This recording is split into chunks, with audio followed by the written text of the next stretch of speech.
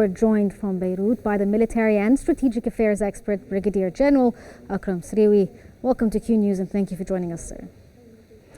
Firstly, let's start off by asking, when it comes to the negotiations for a ceasefire, how do you see the differences between the United States and their views and the Israeli differences in perspective when it comes to the diplomatic solutions?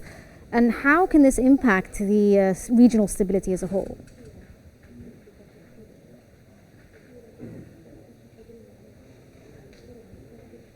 تحياتي لكم ولجميع المشاهدين. لبنان متمسك بتنفيذ القرارات الدولية committed to execute the international resolution, particularly the resolution 1701.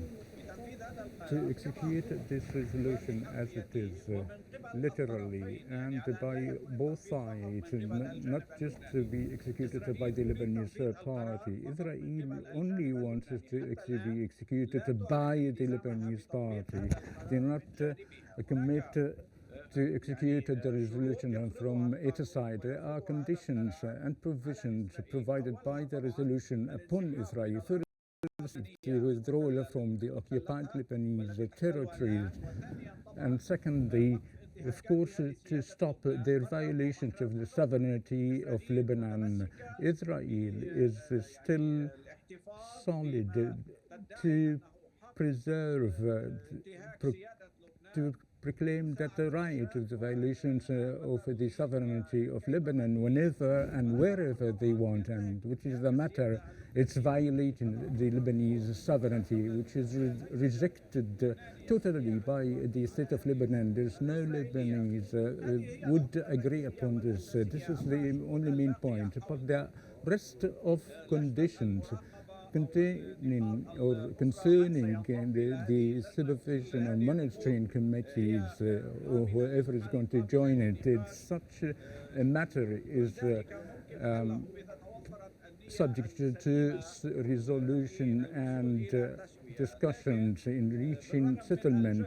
But despite the American effort and despite the U.S. administration is seriously in reaching a specific settlement announced, frankly understand, when he came to the region and led the negotiations seriously and had agreement with the Lebanese side about the suspended points.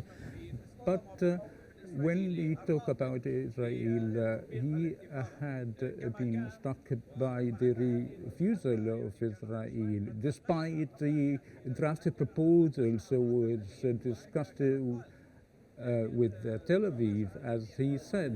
But everyone surprisingly, after following the Tel Aviv and left directly to America, which means that Israel is still interested to complete or to continue the war and to have Lebanon subject to its conditions. Now, the matters has escalated brutally, and I think that Benjamin Netanyahu is in a great stake.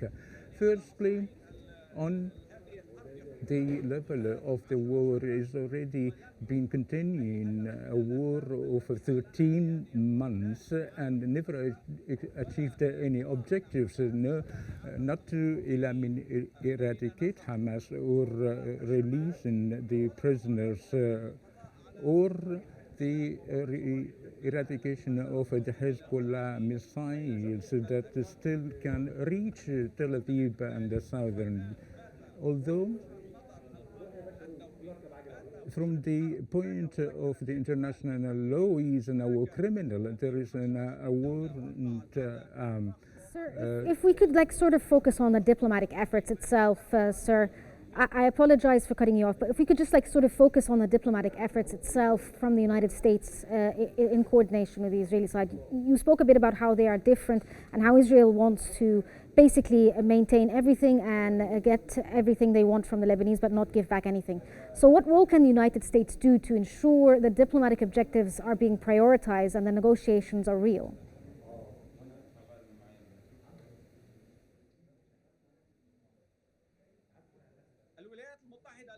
The state is the sole part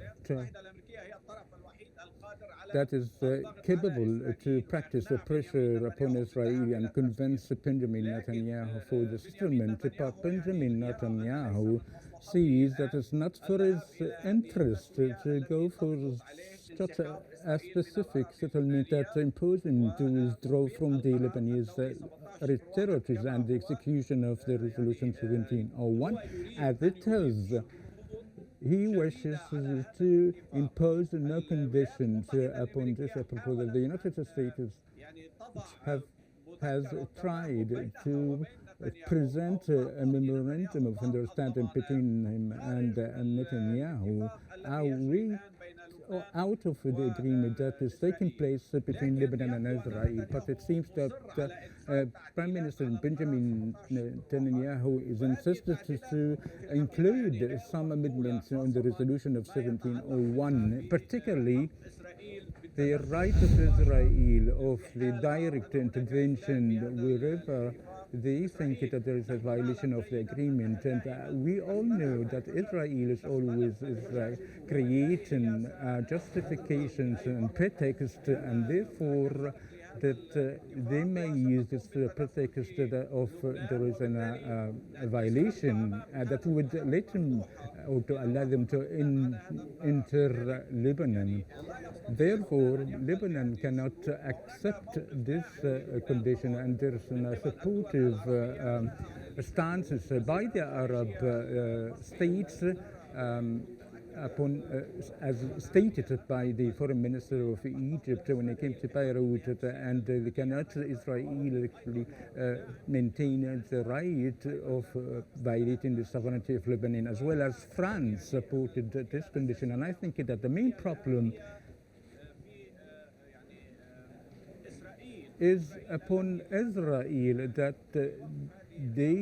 it did not wish the ceasefire, as Netanyahu thinks that they never achieved a great achievement on the ground, on the field. There is some sort of a lowering of the army, despite the recommendation to stop the war and to go for settlement with Lebanon, according to the recommendation provided by the Israeli army, that the settlement with Lebanon will impose more to Hamas. But always there is a disagreement, and it's not new between the military and political institution or establishment, rather. And then I think Netanyahu never listened to this, to his commanders. Therefore, the battles are ongoing, and we can see the escalation and the brutal bombardment that targeting Beirut and the capital, and they never, never satisfied with attacking the borders, but the military is attacking all the villages of Lebanon. You spoke a bit about the idea of the international community in general. You brought up France, for instance, and how they responded. So in your opinion, how has the international community responded to the escalating conflict? And what efforts are being made to push for a ceasefire agreement, and how are they going to pressure the Israeli side to take one, as France has so far?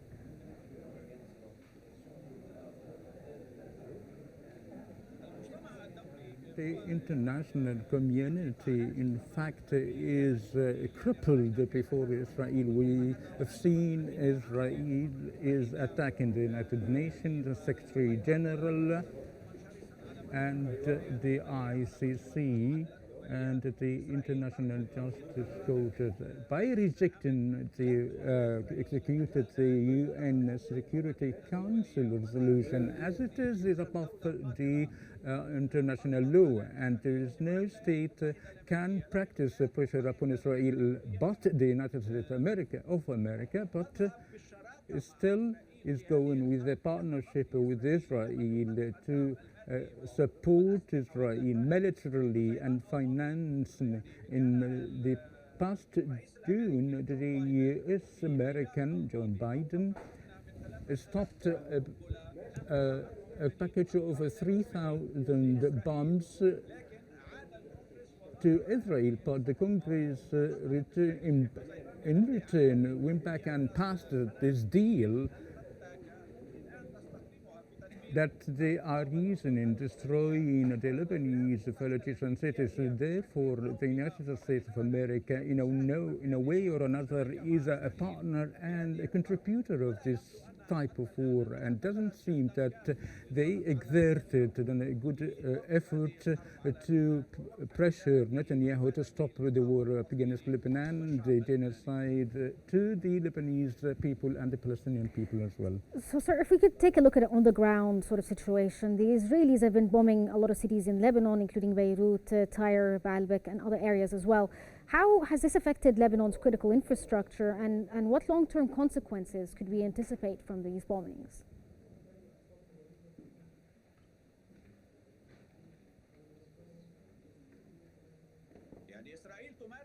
Israel is practicing what seems like this, using mass destructive weapons by targeting civilian houses to be demolished and leading to the killing of tens of women and children that they are empty of military targets.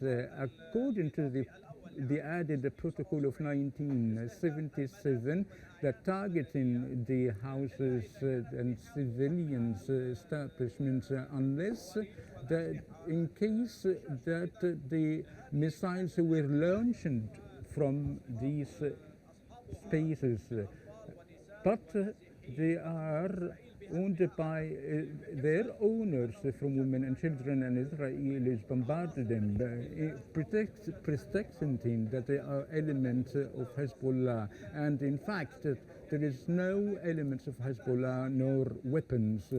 Yes, sir, unfortunately we're sort of out of time. We're out of time for this segment, but thank you so much for your insight. I apologize, I have to cut you off there, sir. That was military and strategic affairs expert Brigadier General Akram Sreiwi. Thank you so much for joining us here on Q News.